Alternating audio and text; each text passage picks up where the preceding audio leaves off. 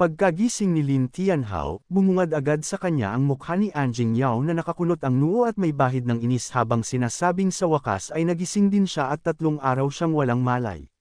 Nagulat siya at napahawak sa sarili, hindi makapaniwalang matagal pala siyang nawalan ng ulirat. Lumapit si Lucy sa kanyang tabi at marahang hinawakan ang kanyang noo, maingat na tinatanong kung masama pa ba ang kanyang pakiramdam, dahilan para bahagya siyang mamula at magkunwaring ayos lang siya. Ngunit biglang nanlaki ang kanyang mga mata nang maalala ang nangyari, kaya agad siyang napabangon at hinawakan si Anjing Yao sa balikat habang nag-aalalang tinatanong ang kalagayan ni Su Qing, Li Zhu at Zuo Sheng. Sumimangot si Anjing Yao at may halong tampo na sinabi na hindi man lang siya nito inalala, subalit mabilis din niyang idinagdag na huwag siyang hawakan at walang dapat ipag-alala dahil ang DuPont Royal Infirmary ang pinakamahusay at maayos na ang kalagayan ng lahat. Sinubukan ni Lin Tianhao na pagaanan ang sitwasyon sa pamamagitan ng pabirong pagpuri sa kanyang itsura, ngunit lalo lamang siyang napasimangot at namula habang tinatabig ang kanyang kamay. Sa huli, makikitang naglalakad si Anjing Yao sa unahan sa loob ng malawak at tahimik na pasilyo. Sa loob ng malamig at tahimik na silid, nakatayo sina Lin Tianhao, Anjing Yao at Lucy habang nakatingin sa isang transparent na kapsula. Sa loob nito ay si Su Qing, payapang nakahiga at naliligo sa mapusyaw na liwanag na tila kumikislap sa paligid ng kanyang katawan. Saglit na natulala si Lin, at sa isang iglap ay namula ang kanyang mukha habang halos mawalan ng ulirat sa nakita. Agad siyang napaiwas at pinahid ang dumudugong ilong, pilit ibinabalik ang sarili sa katinoan. Huminga siya ng malalim at sinabing mabuti na lamang at maayos si Su Qing, saka nagtanong tungkol kay Zuo Sheng. Sa kalmadong tinig, ipinaliwanag ni Anjing Yao na may isa pa itong misyon at inaasahang babalik kinabukasan. Napangiti si Lin at sinabing talagang maaasahan si Zuo Sheng, isang huwarang propesyonal na hindi nagpapabeya sa tungkulin. Pagkaraan, pinaalala ni Anjing Yao na hindi pa niya nasesuri ang gantimpala sa kanilang paglinis ng misyon at malamang na siya ang may pinakamalaking bahagi. Napakunot ang noo ni Lin bago napangiti, inaming muntik na niya iyong makalimutan kung hindi siya pinaalalahanan. Itinaas niya ang kamay at sa kanyang harapan ay biglang lumitaw ang isang lumulutang na kulay ubing panel na may masalimuot na disenyo sa gilid. Napatigil siya at dahan-daw ang inilapit ang daliri rito, bakas ang pagtataka sa kanyang mukha.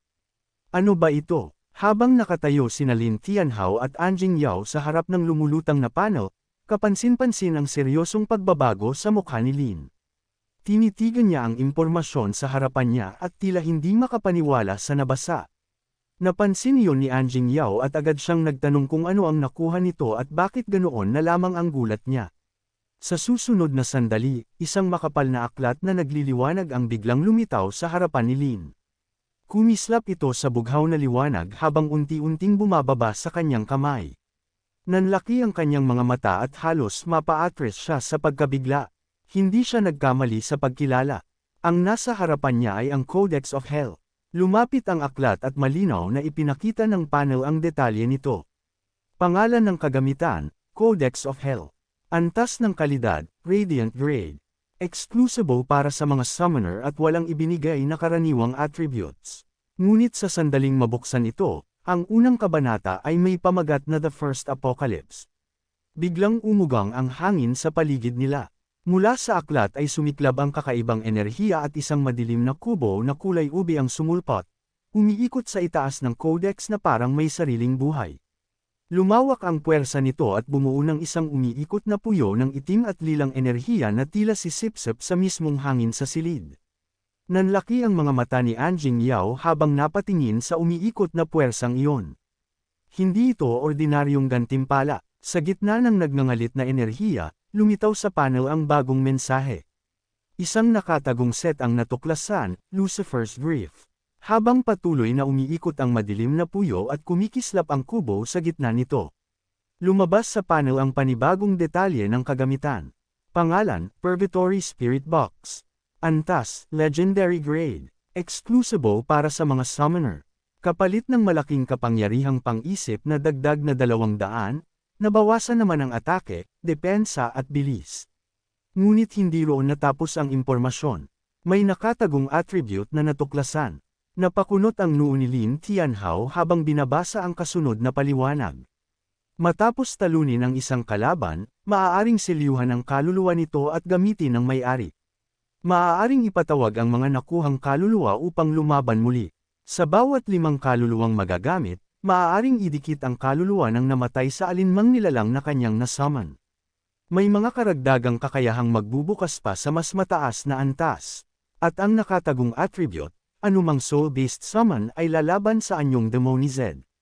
Napasinghap siya, ibig sabihin nito, mas lalakas pa ang kanyang mga naunang summon. Hindi ito simpleng kahon lamang. Isa itong kagamitan mula sa lupain ng kadiliman na kumukulong sa mga makasalanang espiritu. Dahan-daang bumaba ang kulay ube na kubo sa kanyang palad, naglalabas ng madilim na apoy na parang humihinga. Kasabay nito, ang Codex of Hell ay kusang bumukas at mabilis na nagpalit-palit ang mga pahina sa harapan niya. Sa loob ng aklat ay lumitaw ang imahe ng isang nilalang na may malalaking pakpak, napapalibutan ng mga pwesto ng kagamitan sa iba't ibang bahagi ng katawan. Napatitig si Lin sa anyong iyon at sa mga bakanting slot na tila naghihintay na mapunan. Unti-unting nagdugtong sa isip niya ang lahat. Ang Codex, ang kahon, at ang nakatagong set na Lucifer's Rift. Maaaring ang mga kagamitang ito ang kabuuang bahagi ng isang mas malaking set na kailangang buuin. Patuloy na lumulutang ang Codex of Hell sa harap ni Lin Tianhao, at habang hinahawakan niya ito ay napansin niyang wala man lang malinaw na paliwanag kung paano ito gamitin. Wala itong simpleng skill description o gabay, para bang hinahamon siya mismo ang umunawa sa kapangyarihang nasa loob nito. Ngunit nang tuluyan niyang buksan ang unang kabanata, doon niya nakita ang tunay na laman ng The First Apocalypse. Hindi ito iisang kakayahan lamang. Napakaraming spell ang nakasulat sa bawat pahina, sunod-sunod na parang walang katapusan. Isa rito ang Evil Spirit Art na kapalit ng 5 puntos ng mental power ay makapagpapatawag ng masamang espiritu mula sa impyerno upang habulin ang target. Mayroon ding Holy Water Bomb na kumokonsumo rin ng 5 puntos ng mental power upang makalikha ng banal na bomba na kayang lipulin ang karamihan ng mga demonyong espiritu sa isang iglap. Habang mabilis na binabalikan ni Lin ang mga pahina, lalong lumawak ang kanyang ngiti. Ang unang kabanata pa lamang ay may 26 na spells. Sa isip niya, kung ganito kalawak ang saklaw ng kapangyarihan nito, halos wala nang makakatapat sa kanya. Ngunit agad siyang pinigilan ni Anjing Yao. Nilapitan siya nito at maingat na pinaalalahanan na basahin ng mabuti ang kabayaran. Ang bawat spell ay permanenteng kumokonsumo ng mental power. Hindi ito pansamantala. Kapag ginamit, tuluyan ng mababawasan ang kanyang mental power. Napahinto si Lin at napalingon sa kanya. Permanenteng bawas. Ibig sabihin, bawat kapangyarihang makukuha niya ay may kapalit na bahagi ng sarili niyang lakas. At habang nakatingin sa kanya si Anjing Yao, malinaw sa kanyang mga mata ang babala. Alam ba niya kung ano ang tunay na ibig sabihin ng unti-unting pagbaba ng kanyang mental power? Naguguluhan si Lin Tianhao sa babala ni Anjing Yao kaya agad niya itong tinanong kung ano ang ibig sabihin ng permanenteng pagbawas ng mental power. Doon ipinaliwanag ni Anjing Yao na ang isang normal na tao ay may mental power na nasa 100 hanggang 200 lamang, ngunit bilang isang summoner, kaya niyang umabot sa 300 kahit nasa beginner stage pa lang. Ngunit kung sakaling bumaba ito sa ilalim ng 50, tuluyan siyang mababaliw at maaaring makulong habang buhay sa isang institusyon. At mas malala pa, dahil sa hindi pa natutukoy na impluensya, kapag bumaba ang mental power sa ibaba ng 50 ay hindi na ito kailanman babalik, at kung sakaling bumagsak pa ito sa mas mababa sa 10, maaari niyang marinig ang tinatawag na Call of the Black Abyss. Napatigil si Lin at nanlaki ang mga mata sa salitang iyon. Ano ba ang Call of the Black Abyss? Ngunit mahinahong sinabi ni Anjing Yao na ang kanilang DuPont Royal Family ay hindi dalubhasa sa dark arts kaya hindi niya iyon maipapaliwanag ng buo. Gayunpaman, inamin niyang hindi pa siya nakakita ng kagamitang kumokonsumo ng personal na attributes ng gumagamit, kaya ang payo niya ay mas mabuting itago na lamang iyon habang buhay. Napatingin si Lin sa hawak niyang aklat at napabuntong hininga. Hindi niya inasahang ganito kapanganib ang kapangyarihang nasa kanyang mga kamay. Sa huli, sinabi ni Anjing Yao na maghahanda siya para sa susunod na Black Abyss Dungeon Raid, at ipinaalala rin niya na agarang pinababalik si Lin ng Vice Principal sa paaralan kahapon pa. Kung may oras siya, mas mabuting pumunta siya. Naiwan si Lin na nagtataka kung bakit siya pinatatawag ng vice principal at kung ano na naman ang naghihintay sa kanya pagbalik sa eskwelahan. Habang tahimik na nag-uusap sina Lin Tianhao at Anjing Yao, biglang nagkaroon ng kakaibang paggalaw sa loob ng kapsula. Sa refleksyon ng salamin, napansin ni Lin ang marahang pagmulat ng berdeng mga mata ng babaeng kanina lamang ay nakahiga roon. Isang mahina ngunit malinaw na bulong ang umalangaw sa silid, tinawag niya ang pangalan ni Lin. Napahawak si Lin sa ulo at napalingon, nagtataka kung imahinasyon lang ba iyon. Ngunit bago pa siya makapagsalita, biglang sumabog ang kapsula sa malakas na bagzo ng tubig at enerhiya. Napaatras siya sa gulat habang nagkalat ang mga basag na piraso at rumagasa ang tubig palabas. Sa isang iglap, bumagsak si Su Qing mula sa kapsula at dumiretso sa kanya. Nabigla si Lin nang mapatamba siya nito sa sahig, at sa gitna ng kaguluhan ay narinig niya ang pakiusap nito, mabilis at kinakabahan, natulungan siya. Hindi pa man siya nakakaunawa sa nangyari, basang-basa at namumula ang mukha ni Su Qing habang nakapatong ito sa kanya, tila nang hihina ngunit desperado. Namula si Lin at napasigaw sa kalituhan. Paano sumabog ang kapsula, at ano ba talaga ang dapat niyang gawin?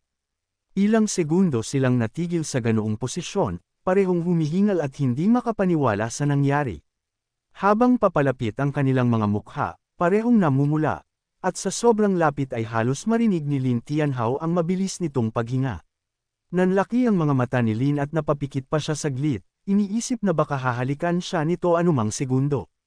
Ngunit imbes na halik ang dumating, isang mahinang tinig, bilisan mo hanapin mo ang mga damit ko, manyok. At dito muna nagtatapos ang chapter na ito. Kung excited ka sa susunod, huwag kalimutang mag-subscribe at pindutin ang notification bell para updated ka palagi. Shout out sa mga loyal viewers natin, salamat sa walang sawang suporta. Kita-kits sa next upload.